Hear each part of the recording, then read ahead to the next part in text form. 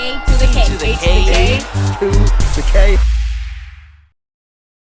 Hello, one and all. Welcome to the A2theK Wrestling Show, and welcome to Get the F Out. So it's a brand new segment that we're bringing. Anthony will tell you a little bit more about that in a little minute. But as you might be able to see, we've got some guests joining us this week.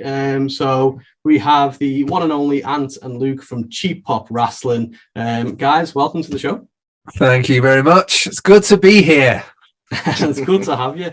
And also we've got Nicolai from the Wrestler and the Nerd. I would attempt to say this in Danish, however, it would sound like an Ultimate Warrior promo. So do it. No, you can't maybe do it. So Nicolai, welcome as well. Oh, thank you so much. But you could probably have the possibility to get the worst gimmick ever if you did it in Danish. So, but let's return to that a little bit later on. You can try and get me to say it later on in the show. Okay. But Anthony, tell the people what this new segment is all about. Okay, so basically, what I've done is I've stole the concept of Room 101. Like what's happening here. So creative genius. What we decided to do was a little bit of a segment with our wonderful guests here, just where we each bring something to the table that is a bit of a pet peeve in wrestling. Mm-hmm. So we'll each pitch our suggestion of something that should get the F out, and then essentially at the end we'll all cast a vote. We can't vote for our own item, but we have to vote for someone else's, and then we'll see which one ultimately gets the most votes, or which ones even, and that will get the F out for this particular segment. So hopefully we have many more going forward. Many more. Should be. But yeah, so obviously with you being the creator of this, the stealer of this segment, shall we head to you first and tell us your biggest wrestling pet peeve? Okay, so biggest wrestling pet peeve for me, and the thing that I'm going to suggest should get the F out, is contract signings. And I've probably said this way too much on our podcast, but just the whole concept of, we have this main event that we've been advertising, it's on all the promotional stuff, on all the posters, etc. But no, we still have to have the contract signed, or it might not happen. All right, I know it's wrestling, we're meant to suspend disbelief, but it just pisses me off. It really does. And it's an excuse to get everyone in the ring and flip a table, as far as I'm concerned. Basically how it goes. Yeah. And I know they've tried different things. Like, I'll give it like a bit of a mention to AEW tried doing something different with the weigh-in, which was probably just as much of a disaster, if not more so, to be fair. Yeah. But the whole concept of they only ever do it with one match as well. So it's like the main event match. So all the others didn't need to be contracted or anything like that. And especially when you look at the likes of WWE, who quite often they'll start the show with, well, we didn't expect this match to happen. So it just seems like, okay, so when do we need contracts? When do we not? And I know, again, it's all a story being told, but I'm just sick of contracts. I think as well, it's interesting, isn't it? How it's why do some matches need a contract signing and others are just fine? They, that's cool, they can carry on, but this one needs to have a contract signed. And the rest not, they're not contracted. It's like, what the fuck's with that? What I really want to see is like a whole Raw right before an event where every match gets a contract signing. It's like, can you imagine a 2-night WrestleMania where for like a week it's just like, right, another table, who's next? Fuck. So basically night 1 sign the contracts, and then night 2 we'll actually get to the matches. Yeah. I'll be honest, that would satisfy me a little bit. if we had that, at least it's done right. I'd be like, okay, I'm satisfied. Everything's contractual. It's all in the books. Makes sense to me now. For once, I'd like to see just a professional contract signing, just no shenanigans. Just sit down, very nice. It's supposed to be professional wrestling, is it not? So, come on. We need some professionalism in our contract signings here. Yeah, I agree. It's me that no one brings a lawyer. You know what I mean? I was just going to say, themselves.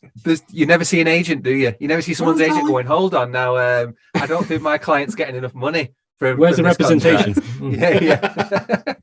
Like, why? But that could, again, fix it. If you have an agent be the one that every time he's going through the table, it's not the other guy it's not, Braun Strowman that's going through the table when he's facing off against Lesnar. It's Lesnar's about to break an agent into. It's a corporate stooge. Yes, the ratings are referee or poor Adam Pearce has stood there. You know what's going to happen. They're not very legally savvy, these wrestlers, are they? Yeah, they're not bringing the right kind of guys with them. They're not. No. They're really not. Actually, very strange, but I think actually we could see Stokely Hathaway helping MJF. We could probably see a decent contract signing there, but who knows? I hold out hope. Yeah. You know, I don't know if anyone's willing. Maybe we could try and apply a wrestling contract signing in real life. Like I might go into work and just see if I can flip a table, see what happens. Yeah. I'm gonna try that in my next appraisal. Yeah, for sure. For sure. When I get met with an appraisal's not really the time to talk about a potential pay rise, Ant. Well, then what is it for? And just like get up and flip the table and try and stun my boss. Yeah. I like that. You know, I mean, to be fair as well, no one can call you out on your shit because you'd be like, I've seen this done 1,000 times. This is how contract signings work. This is my only frame of reference for a contract signing. What do you mean I'm going to jail? Exactly. Just a full-on HR meeting going, and here's an example, and you know, look at this guy there, and you know, this time he got powerbombed through a table. You know, at least I only smashed his face. So, Anthony, it's okay if you go to jail, you'll just be released later that night, and you can come back anyway. So that's what always happens, isn't it? True, yeah. True. Oh, yeah. That's what we've seen. Oh, you're saying it's not for real? Hey, it's real to me, damn it. Oh, still real. bugger. It's funny you mention it. You know, it was on the cusp of being my get the F out was people telling you that wrestling's fake, even though we've all known since the 90s that it's fake. Yeah. Well, scripted. I hate using the term fake, but no matter what, any sort of social media, you always get one in the comments. You know it's fake. It's like, yeah. Everyone does. We all. No, Spider-Man's not real, right? What? Yeah. Come on. It's the way people get so like kind of high and mighty about it as well. Like, oh, you know, wrestling's not real, guys. It's like, I'm onto your ruse. I saw you crying at a rugby match 2 weeks ago. Fuck off. Like, if you like something, fucking like it. Why are you getting all? Yeah, like I'm more than happy watching two grown men beat the living piss out of each other. You go to an English indie show and listen to a chop when you're on the fourth row and tell me that is. You know that there is no pain felt in that thing. Like I feel it. You know the makeup artist slide into the ring in the corner and just apply a bit of blush. It's like on Holy Grail. You've got a man with like two coconut halves stood next to the ring, waiting for the chop to like a big cymbal to smash. That's it. You know, it's a production at the end of the day. People miss out on the live orchestra. You know, it's you don't realize it's there. They never get the credit they deserve. You know. So I'm sorry about that. With a slight digression from myself, which I tend to do, that was my get the F out. It's contract signings. Okay, so contract signings number one. Over to Luke to talk about your biggest pet peeve. All right, I'm also a digressor, so we'll see how this goes. Strap in, guys. This is going to be a long one. Oh. Yeah, let me take a quick swig out of my drink, which I'm not going to promote because they have nothing to do with this, but I do wish it was a Papa Mango from Top Rope Brew. Hey, oh, love it. Instead, it looks like you're drinking urine. That's why he's not promoting it. Special brew that we want to talk about. Special brew. Right. I hate distraction finishes, right? Or cop-out finishes, as I like to call them. I thought you'd like that because you're from Liverpool. Cop, you know what I mean? Yeah. So, let me say we the don't scene. like them. Don't like them around here. Oh, you Blues. Well, yeah, I'm a blue. Yeah, I'm a blue. I don't like the cop. I don't like the cop at all. See, no, we're digressing already. We're on the football. All right. Wrestling. We're on a wrestling podcast. Okay, so here's the scene, right? Your favorite wrestler, he's about to win. They're setting up for a big finish. The Claymore's about to happen. 3, 2, 1. But then, don't you know it, someone comes down to the ring. And then the crowd, you get that old familiar groan. Here we go again. The heel pulls in the referee, who falls for it every time because he's that silly, who apparently can't hear the crowd reaction. The referee's saying to the heel, no, stop trying to pull me in, sir. No, we must get back to proceedings here. There's a match happening behind us. Please, sir. No, please let me go. All the while, the big dumb baby face is oblivious to the heel recovering behind him because he must assess the situation of the new person coming down to the ring. Of course. Babyface turns around and surprise, surprise, runs into a spear, a stunner, an F5, a chop, a low blow, what have you, and the tribal chief retains. Same old stuff. Here's why it's bad. Here's why I hate it, right? It's a lack of commitment to a definitive winner, which I think's missing a little bit in wrestling. I think, we're sold that this is a competition, but there's just, a little bit too many shenanigans. And there's, it leaves kind of a flat feeling. I think there's more of a satisfying finish when there's a definitive winner, and especially sort of in today's, short attention span. We want a winner on the night. Another thing I don't quite like about it too is I think it leans into the dumb referee narrative. What about, why don't we change the culture for referees, make them a little bit smarter, so therefore it is a lot more significant when they do get fooled on occasion. You know what I mean? Mm-hmm. I don't know who in HR is talking to these referees, because they mustn't be having performance reviews. They just can't. Do you know what? Like, there's going to be an absolute steal in the insurance market for referee insurance. Do you know what I mean? Have you been injured at work? Like, it's not in their job description. Do you know what I mean? They're just there to count. And who wants to be a referee in this business? Do you know what I mean? They must be the richest. Do they still have a head referee? Because like Nick Patrick used to be head referee, didn't he, in El Hebner? Oh yeah. Did it still have like probably. And then again, what is the right? I'm going up to Connecticut for my 1-to-1. What do you think about what I did this week? Great. I mean, there was one match, lost control. Someone got hit in the head with a chair. There was, you got distracted twice in one night, and then someone had the foot on the ropes 3 times this month. But no, I'll tell you what, just keep doing what you're doing. All good. Nick, could you tell me why, when Brock Lesnar was going for his F5, that you decided to stand right next to him so that he would swing Kofi Kingston into every time? You know what? Like, that's the being another move that is so like referee avoidance needed. It's terrible. It's so signposted. Yeah. I love the fact that your example included the Claymore, because that is probably the most devastating sort of distraction I've seen in recent years. Was we were off our seats for Clash at the Castle, and the fact that he lost is just. I know some people love the fact that the tribal chief is still in place, and that's fair enough. But just the way it finished was just devastating. Time, though, because he did it at Mania with Bobby. It was the worst distraction finish ever. He was like, "Oh, I better look over this way." It was just awful. I was like, "What are you doing? Kick him in the face!" It doesn't work. It's terrible. It's such a cop out. It doesn't. I can't see how it makes the babyface look truly strong if he's not got the right amount of intelligence. You know what I mean? It just when it's done too much, it falls kind of flat. No, I tell you, but it's as easy. It almost looks like it's as easy as I'm going. Drew, what's that? What's that over there, Drew? I mean, they got close to Clash, didn't he? Carrying Cross through his water at Drew. He was like, okay, sorry, slight digression, but I really hate it. Like, Carrying Cross is like a badass, and what they made him do was go splash it with a bit of water. With a bit of water. Feel like he's at SeaWorld. Nothing else happened. Bit of Volvic to the face. Especially because, as well, like we really got spoiled with Eddie Guerrero and how he would do his kind of distraction, fake DQs, like his little, his shenanigans, and you see things like that, and you get a glimmer of, oh my god, this actually could be an amazing formula for a match. But then nobody else, or very few people, clearly have the intelligence or just the patience to come up with something else like that. Because those, like, the untying of the boot and the slamming the chair on the floor and the passover and those kinds of things were absolutely incredible. Yeah, you just don't see them executed like that now. No, you don't. MJF's good at getting caught about to do some shenanigans. I think he plays into that quite well.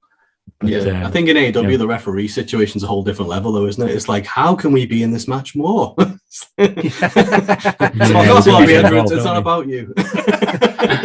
This is my moment. What about you, Nicolai? Have you got any thoughts on distraction finishes? Oh yeah, a lot, because I could easily talk maybe just as long as Luke could, but sometimes I really think that they give this extra thing to a match. So sometimes they could work, but they rarely do. They rarely do, because they had to be executed very well and with that kind of wrestling charm, as I call it sometimes, because that you know that the distraction is coming, but it's executed so well that you can't you will get a warm wrestling heart.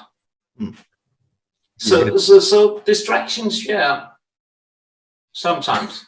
That was my issue with AEW in the early days when you had everybody was in a faction. Yeah. So it was like you're not allowed to. It was like step 1, sign your contract. Step 2, which faction are you going in? Because no one's allowed to just be a lone wolf in this bloody organization. But then even like even Moxley had Eddie Kingston, and it was like, why? Just let him. If you're gonna at least have one bloody rogue, like CM Punk came and then instantly bloody joined up with the people he was supposed to be fighting against. But it was you always had people at ringside. So you always had 3 or 4 other people, and you just thought, well, at some point this is going to end up just turning into chaos. I'd never really thought about that, but even like one of their storylines in the early years was trying to get Hangman Page to join the Dark Order. The whole idea was like, you're not in a faction, we don't like that. I never thought about it. It's all just a bunch of cults, isn't it, Christy? They're all just trying to kill themselves first. That's how it works. Get in our faction, and we'll be the ones to off ourselves. And then, but it's also a really good way of, it appears anyway, for Tony and the booking committee to deal with the women's division. He's like, right, you're either a good woman or you're a bad woman, and then that's kind of your faction. And then again, at some point, we'll just throw you in a 6-woman tag, and then out of that, we'll get a rivalry between 2 of you, and then we'll just stick that on repeat. But yeah, you're always looking outside the ring for that, right? Where's the distraction coming? Who's getting involved? You're probably on something there, to be honest. Good one. Yeah, but I think actually you underestimate that faction thought, because a very large company is quite good at copying that at the moment. Yeah, very true, actually. Triple H is loving faction wars, isn't he? To be fair, He's it might actually be a really exciting war games. Yeah, but he's faction horny, you could say. I mean, how else are you going to? That sounds like a t-shirt waiting to happen right there. We love inventing t-shirts, the pro wrestling tees, the nine on a weekly basis, regularly. So Nicolai, do you want to tell us your one? Oh yeah, actually, the word gimmicks. That's my pet peeve. I have teased a little bit earlier on today about some crazy gimmicks. But actually, I want to take you bird hunting. And one of the worst ones is actually a turkey way back in the 90s or something like that. It was a beautiful, beautiful gimmick. How can you in wrestling put a large egg to a show just being there, teasing? Whoa, something exciting will happen. We have a big reveal here, and they're teasing, and we're waiting, and whoa! I was quite excited, and suddenly that egg popped or cracked, and wow, a turkey is coming out! What a genius idea! That was so genius, actually. Wrestling and birds. What better way to combine things, actually? And think about that. What it was missing. Yeah. You're so right, actually. See, that's a quite genius one, because you want to reveal a mascot for your promotion, and what better way to do it by putting it in an egg, and maybe put a great wrestler into it as well.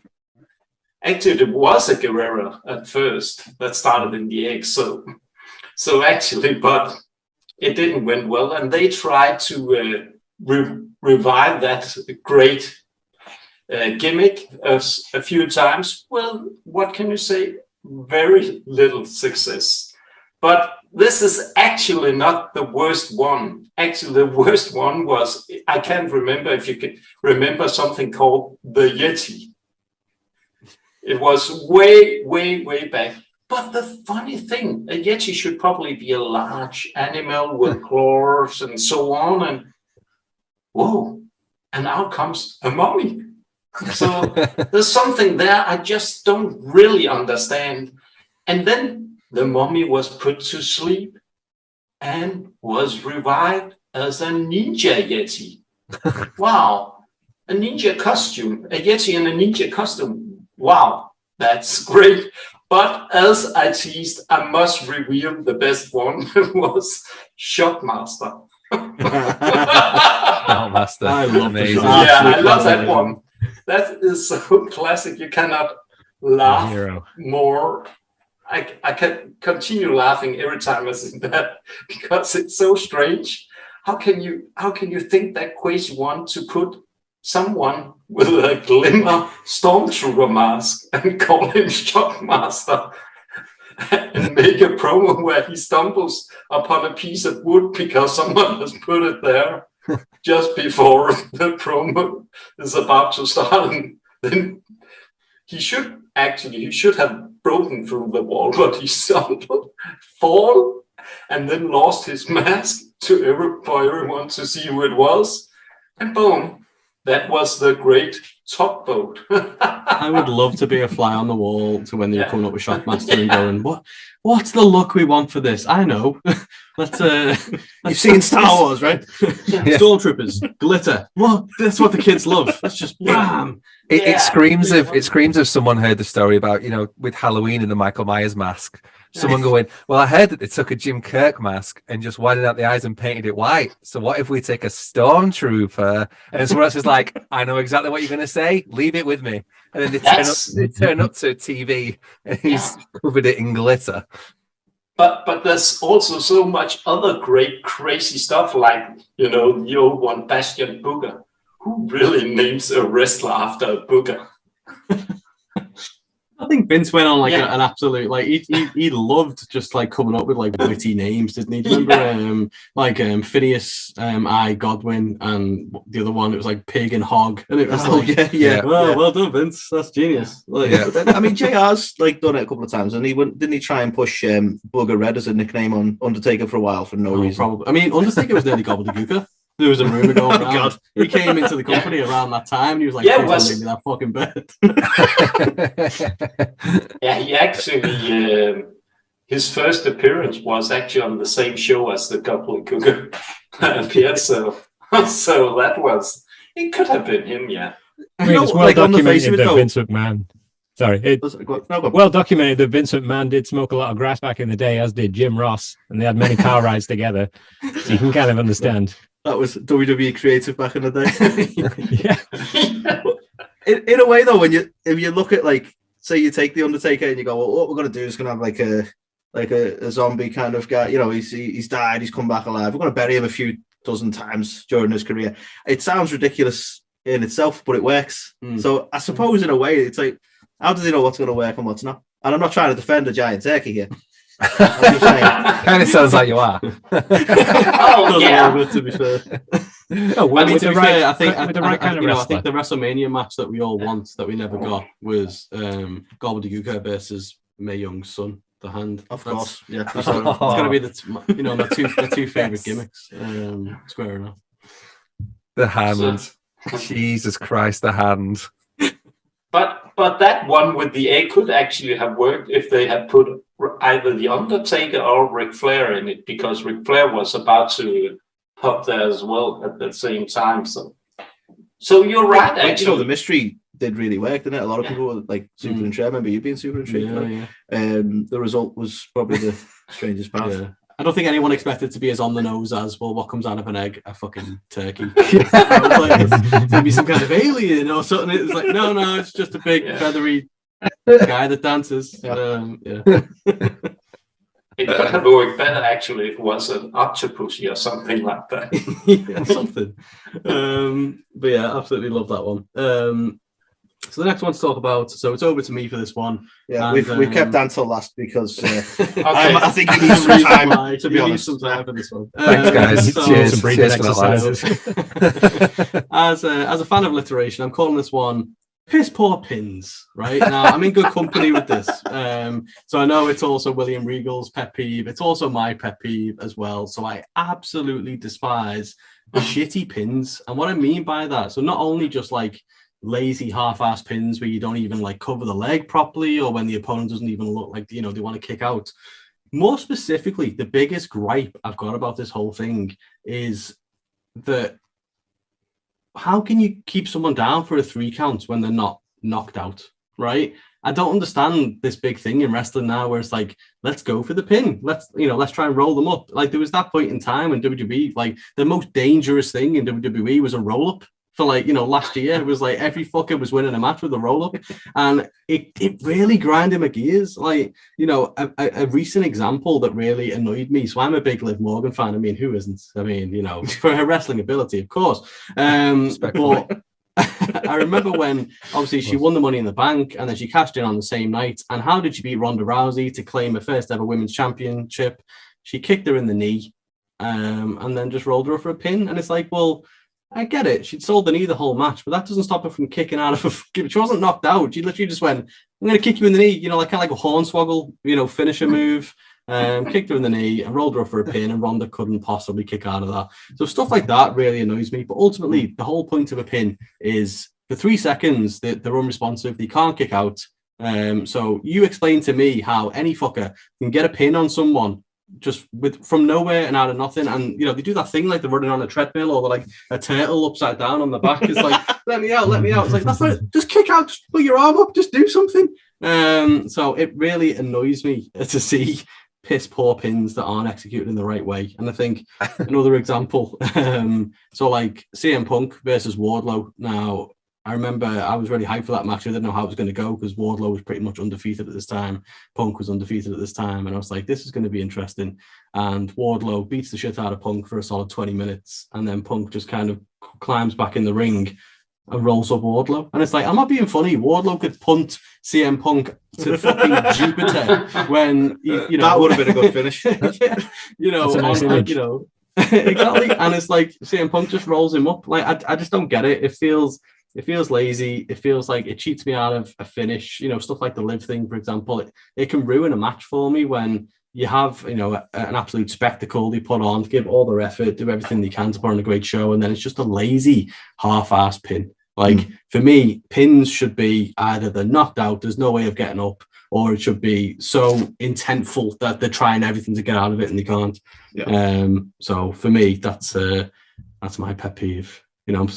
As you can probably tell, it very impassioned. bothers me a little No, bit. I'm 100% with you. 100% with you on that. I'm not advocating for trying this at home and performing these moves. But do you ever wrestle your brothers or friends when you were a kid? Nobody would go down for the pin. It was impossible to pin whoever you were facing, so you'd have to go for submissions.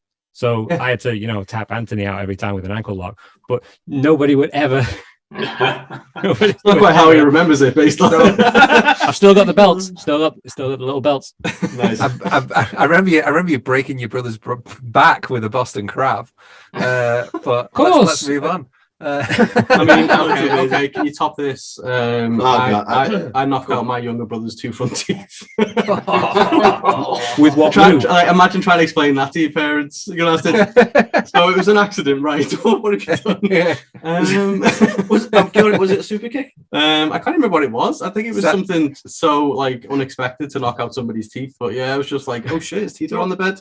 Mom. I think that's the worst thing I ever did was to you, and when we were in high school, and I F5'd you, but to casually. the floor. Yeah, I remember that. Probably should have considered that, really. Yeah.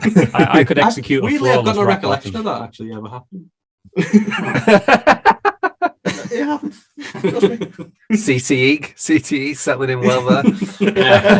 And somewhere Chris Nowinski's just gone. I sense I've been called. There is nothing more kind of satisfying though than like a genius pin. So like, was it on Raw the other week when you get, because the Usos typically have a good thing going, don't they, where they'll have like a clever little assist. And when it was Sammy and I can't remember who it was, but there was a roll up, and then Jay just like almost drop kicked him and just had them roll back into the ring, and Sammy got the win. Little things like that are genius because you can understand the confusion of, hold on, am I pinning? Are they pinning? What's going on? So yeah, I get that, but sometimes you can't beat a bloody good pin. Well, that's it. At least look like you're trying to pin the guy. Don't just be like this, especially if you haven't hit your finish and it's just like, win a match with like a pinky on somebody, and it's like, come on, what are you doing? I love that Mick Foley thing as well, where he always managed to get a leg just to kind of look like he was trying to at least kick out. Like just little things like that. At least you know he's that brain dead that he can't at the end of that match. I mean, I didn't love so much the Hulk Hogan thing where it's like, okay, you can pin me, brother, but I've got to kick out at 3.1. Like, every time he got pinned, he was like, oh, so close. So close.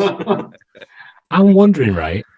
Does grabbing the tights add that much leverage to a pin? Yes. I've always wondered. It's a good point. It's like, I would have kicked out, but he got the tights. Hang on, Nicolai's like, yes, I've done this. I know for sure. Next time you have the Godfather on, ask him. Yeah.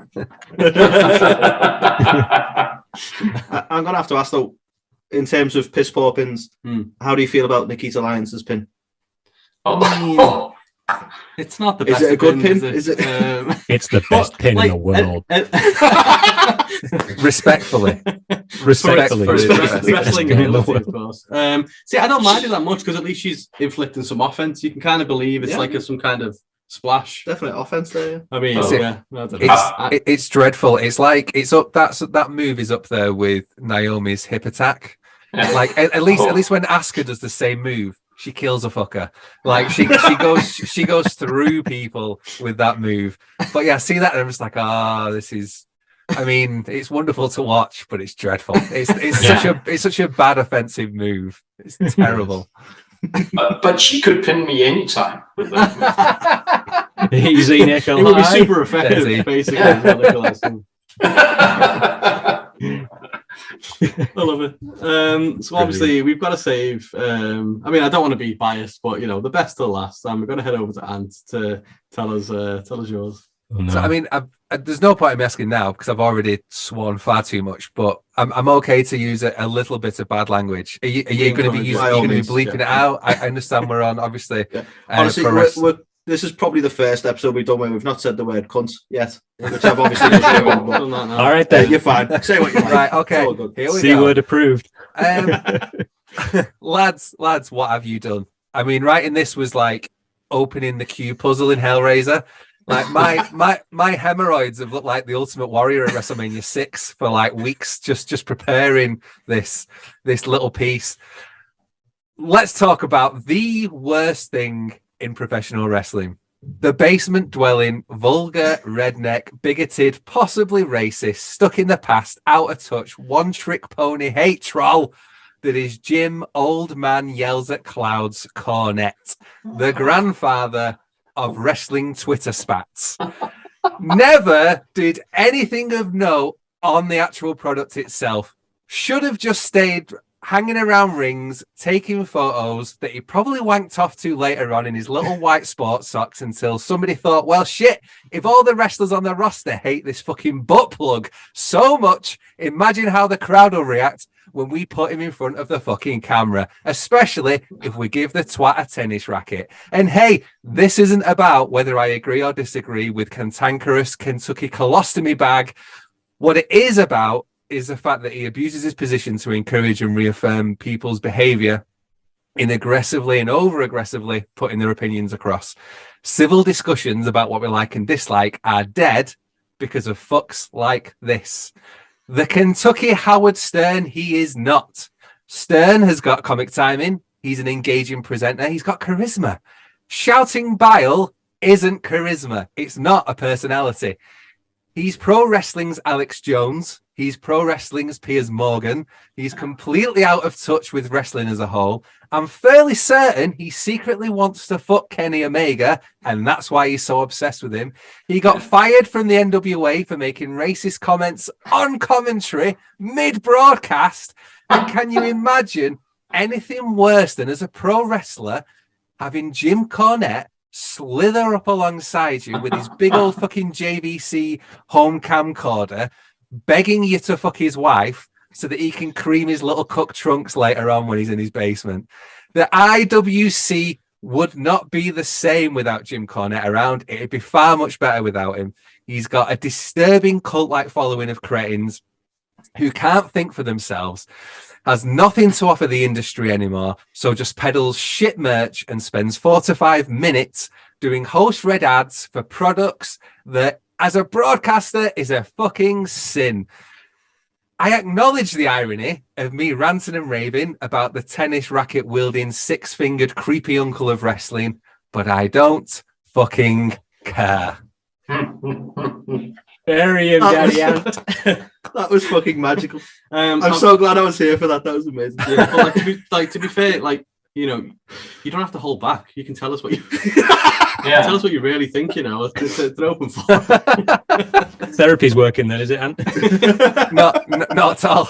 Not in the slightest. There is nothing worse for your mental health than researching Jim Cornette videos on YouTube.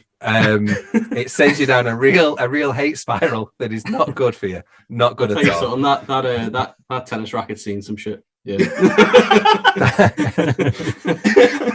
Both ends of it, I think, as well. But actually, it was my choice of words, actually. So I think you were. You mentioned about civil discussions. I forgive, I can't remember the exact word, but he sort of ruined civil discussions within the wrestling community. And do you know what? That is something I can totally agree with. I mean, fortunately, we've obviously found a bit of a forum where we can all have discussions and everyone is very civil, like the Fans Faction group being an example where we can disagree on things, we can talk about things, but it's all in good fun. But have you ever tried mentioning anything on Twitter? Ever? It can be the most innocuous comments and you still get hate. And I feel like, I think, like you say, it's the Jim Cornettes of this world, or certainly the people who've been empowered by it. That's where the sort of this belief that the wrestling community is toxic. And I think you're totally right about that. Everything has to be either or. It's like, why does it? Like I'm the kind of perennial kind of in the middle fence sitter. Just I like everything. I like bits of pretty much everything. But I can acknowledge, you know, if I don't like something, all right, I don't like it, but you might really love it. Like quite a lot of the time, you know, Luke likes what he likes, and you know, I'd rather not, you know, end up on a register. But each to their own. But it's the fact that it has to be this one or the other. It's this tribalism and then if you say anything that disagrees with my opinion, straight away there's conflict. So why is the conflict? Why can't I talk about what I like, you talk about what you like, and we just agree to disagree? But yeah, it's that constant bloody arguing about, oh, AEW this, WWE that. Well, look at, you know, is Papa H, you know, already kind of, you know, failing in his booking and and this constant back and forth, and it's exhausting. It's absolutely knackering. Who knew there could ever be such tribalism over, you know, people rolling around in spandex?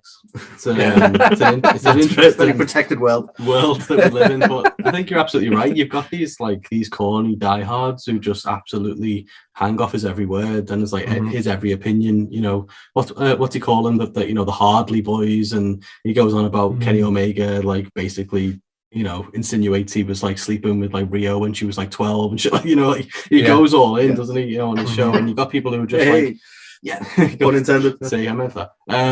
But yeah, he proper goes for it, and people are like, yeah, Jim Cornette's completely right. It's like, how can you just hang off someone's every word like that? Surely there must be certain aspects of what someone says that you disagree with. Well, especially, I mean, that Omega one is a prime example. That's quite a worrying accusation that he's got, as I understand it, no base for. And people will sort of go off that now, because you see that all the time about it, like about Omega, and you're like, well, there's no well, hopefully there's no truth to that. But, like, it's just a wild accusation from what I've seen. He also I'll be careful what I say now because I don't want to get sued. But he also it's okay, we'll get sued. Oh yeah, that's a good point. Massive. He makes a lot of insinuations as well, and I've noticed it certainly around Kenny Omega, and like, you know, he calls him things like twinkle toes and stuff, which obviously can have a connotation to his wrestling style and his aerial style, but he also alludes to a lot that makes him sound very homophobic. And obviously there's rumors and speculation about Kenny, and especially like his relationship with Ibushi and stuff, and don't care, could not give a shit, you know. But the fact that he Cornette always manages to crowbar it into his reasoning for why he doesn't like him as a wrestler. And it's horseshit. It's really, really. I don't know. Personally, I can't see that. You know, Kentucky guy. Can't see any. Use the N word during one wrestling broadcast. Got fired from the NWA 2 years ago or 3 years ago for, again, something that was just so blatantly racist. But again, all his followers again come to his aid, come to his support, and what a terrible try. Even his friends in the industry, even the likes of JR and stuff, have said what a terrible shame it was. Was it a terrible shame that a racist got kicked off TV? It's an excellent point. It's so weird though as well, because I'm kind of on the fence with it, because I disagree with a lot of stuff that Corny says and does, but I also find myself listening to him every now and again. I don't really listen to many stuff, but I will watch a YouTube clip here or there of, I listened to his thoughts on the MJF promo and stuff the other day, and he's mad because he's just so very I like this tiny little bit, but I hate the rest. And it's fascinating to see how he's almost tribalist himself in his beliefs. I think he's arguing with himself there. Probably, to be fair. And people like a lot of his supporters always come out with, he's this great wrestling mind and nobody has more wrestling knowledge than Cornette. I mean, nobody probably does have more wrestling knowledge than Cornette. That's probably true. He probably would have made a great wrestling historian, but he's so biased, and this character, this personality has kind of overtaken so much that it, his opinion really is it doesn't matter anymore, because it's everything feels like a shoot, everything feels like a work of some description, and the fact that people seem to think that he's the best booker not currently in a booking position is terrifying. Absolutely. I think as well, he's just bought into that. He's realized that his niche, his audience is, if I bash AEW for 45 minutes on my show every week, I'm going to get a good, amount of people. It's kind of like Bischoff. He was like, I want to work for AEW. Then the next minute he was like, I fucking hate AEW. It's like, something happened there, Eric. Did they maybe not take you up on that offer? You seem to have flipped the script a little. I don't know. I feel like there's a little bit of a niche that, these guys try and tap into to get the certain kind of tribalists that we're going to feed into. Yeah. Well, it makes money, sadly, doesn't it? It does. I mean, Busted Open do it as well, don't they? Where it's rant-based commentary that again has landed them in hot water. And then again, some apologies happened, some didn't. But the whole Bubba Ray with John Moxley thing, telling him that he should apologize for looking after his mental health and his physical health as well, and checking himself into rehab. It's like, fuck right off. Who the fuck are you to tell somebody that? Jesus. Wrestling. It's a good time. Again, it's just people in spandex, and yeah. There's all this that you don't even think of. So yeah, we've kind of been through everybody's pet peeves now. So we come to the voting aspect. So as we've said, you can't vote for your own.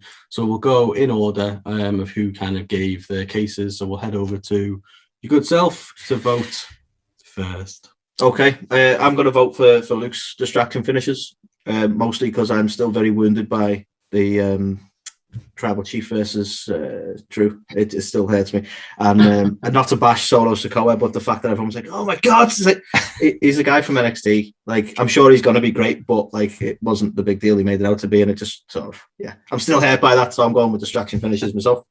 Okay, nice. Luke, what's your thoughts? Well, the Cornette argument is compelling, but I can't physically agree with anything Anthony says, so I can't really go for that one. Let's see. It's got to be the dwelling hate troll.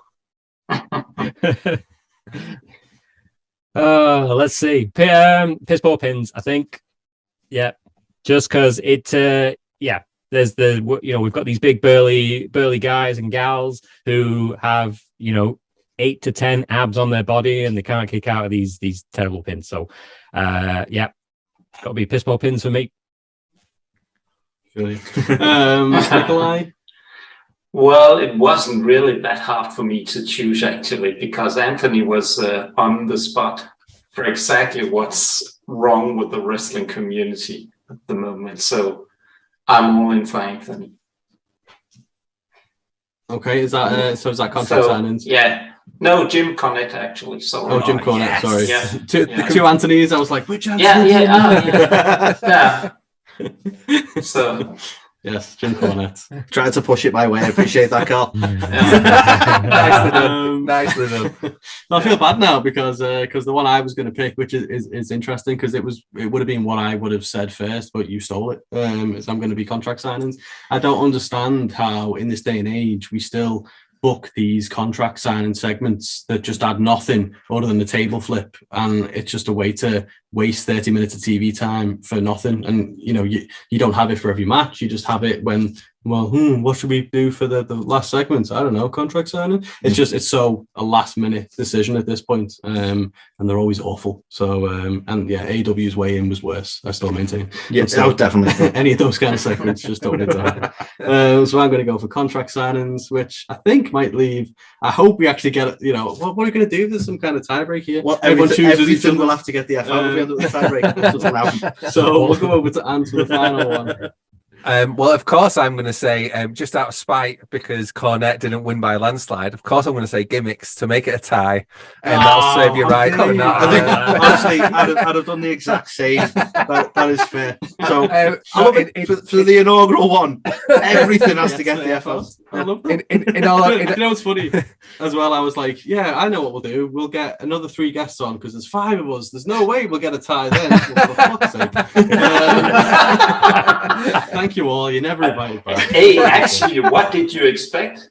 I think that's probably fair. They were all compelling arguments. I think we all, all's fair.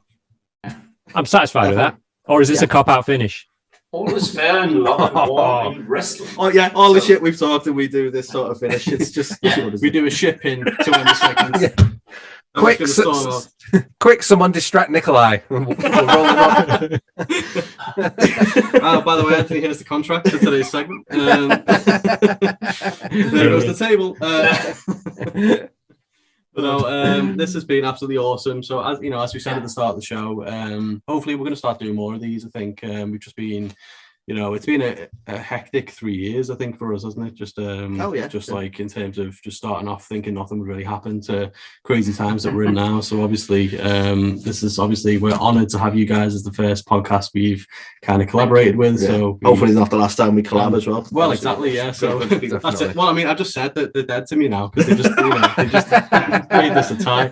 But no, obviously. For the sake of our listeners and our viewers, I think do you want to give each of them a few minutes to talk about their podcast and how they can find them? And absolutely. So, Nicolai, do you want to tell us how your podcast is actually pronounced? Yeah, actually, it's pronounced Rasslin or Nørden.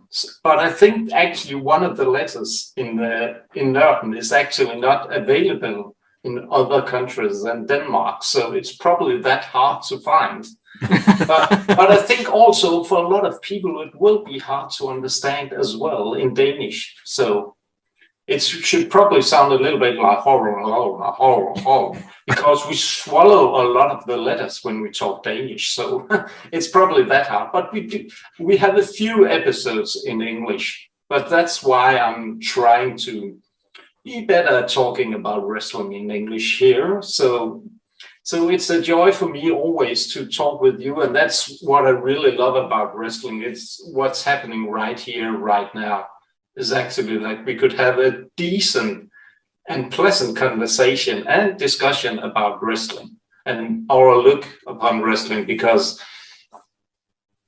in a ways that was actually still in Denmark. Wrestling is very small, so we don't have a lot of listeners, and that's not what I actually is aiming for, that we will get large and have a lot of listeners. And we just wanted to give our view on wrestling. And the good thing about our podcast is really that we have still an active wrestler that has some knowledge about wrestling, actually, even though he's an old bald guy. I'm teasing him a little bit from time to time, but so we just wanted to give the Danish wrestling fans our view on wrestling, and also get focus on the small promotions in Denmark where we do reviews from time to time. So we're only about 4 months in, but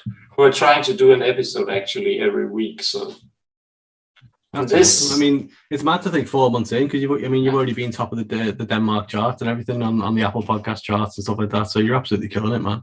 Yeah, you are. Obviously, we'll try and spell it correctly at least in the description. We'll put some links on in YouTube, stick some links in. But there was no way I was going to attempt to say it. As you said, blah blah blah blah blah would have been what came out, which still would have been more coherent than Ultimate Warrior promo. But still, but I'm also hoping to see some of you next year in LA.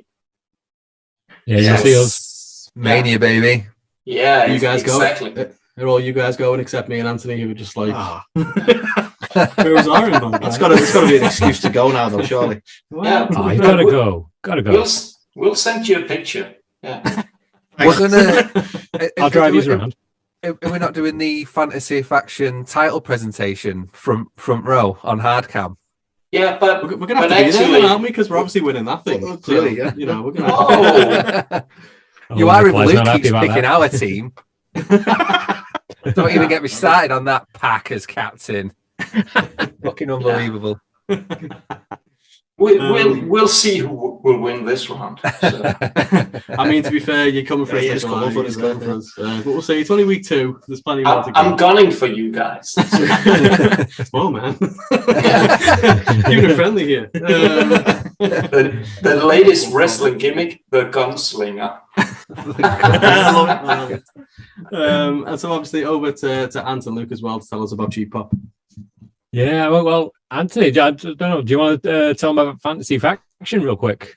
Yeah, Fantasy Faction, the game we devised just to prove who knew more about wrestling, and then it kind of spiraled and we ended up getting other people. Born from Luke's love of spreadsheets, absolute sadist that he is.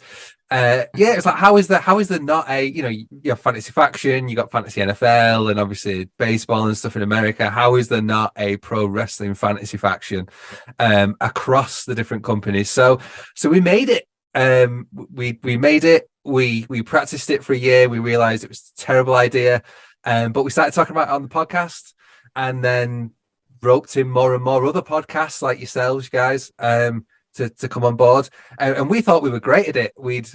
The kicker is that we'd been playing this for a good 18 months before we got everybody else involved, and we've been shit at it ever since. So the beauty is though, with your game, you can just change the rules and be like, oh well, actually, there's a special round where just game you just 100 points to Cheap Pop. He won't let me go Sonya Deville on it. I keep trying to get approval, but he says we got to keep it fair. It's unreal. I'm trying. It's absolutely unreal. But we couldn't have written it any better. But yeah, it's just a really fun kind of way of. I mean, when the programming gets a bit stale, so it really got us through COVID, and with the terrible kind of Raw and SmackDown bookings that were, just because we had we had bets on the line. So it makes it interesting. It's a really good way of just connecting with other people. So obviously, I mean, Cheap Pop Wrestling as a podcast came together when Luke lives in California, I'm in Cheshire, and obviously we grew up together. We hadn't spoke properly for a long time, and it was just a way of us reconnecting really during some really difficult times, talking about the thing that we both loved still, but we didn't. It was that kind of closeted, I like pro wrestling, but it's okay. Like, we don't have to talk about it. That whole fake kind of shame thing. But yeah, it spiraled, and we loved it. We brought in other people. We've got other friends that kind of get involved from time to time with it as well. And then the best bit of it is that we've met, you guys in the kind of wrestling podcast community as well. So there's plenty of shit banter that goes on in the in the Instagram groups and the WhatsApp groups and stuff. But yeah, the Fantasy Faction is, it's a lot of fun. The scores reset every month as well, so you can we have one kind of private group with friends where the scores just running all the way through the year. Who's winning that one, Luke, at the minute? Is it pretty sure it's this guy. Are we still playing it? I didn't think we were still playing it. I'm pretty sure I've already won. We're only 6 months in. That's how devastating. I've been focusing on the podcast, mate. I don't know. I'm sure you have. You've been fucking focusing on something. You used to pull your finger out with a podcast group. But yeah, with the intercontinental belt that we've got going. The scores reset every month, so you can always join in. It's never too late to kind of get stuck in. I'm sure we'll have prizes come WrestleMania season. A Slammy Awards type thing. We definitely are looking into getting a strap made as well. How we're going to circulate that across the fucking globe, because I don't know. There's going to be a lot of shipping gets paid, but yeah, it's going to be more well-travelled than any of us. That'll be good. We have to make it out of cardboard. Just make like 50 cardboard titles and just post them out. But yeah, if anybody does want to get involved, or if you want to set up your own game yourself with your friends and stuff, give us a follow on the social medias. Get in touch with Luke. I'm sure he won't mind showing you his defining creation of his life. Which didn't know where that was going then, to be honest. Follow him, he won't mind showing you his anyway. That's what we're talking about. He puts the spread in spreadsheet. But yeah, it's really good fun. So on Twitter, follow me at cheappoptony. Follow the podcast at _cheap_pop. Is it the same on Instagram? I can never remember. Biggest mistake of my life was leaving the socials to you.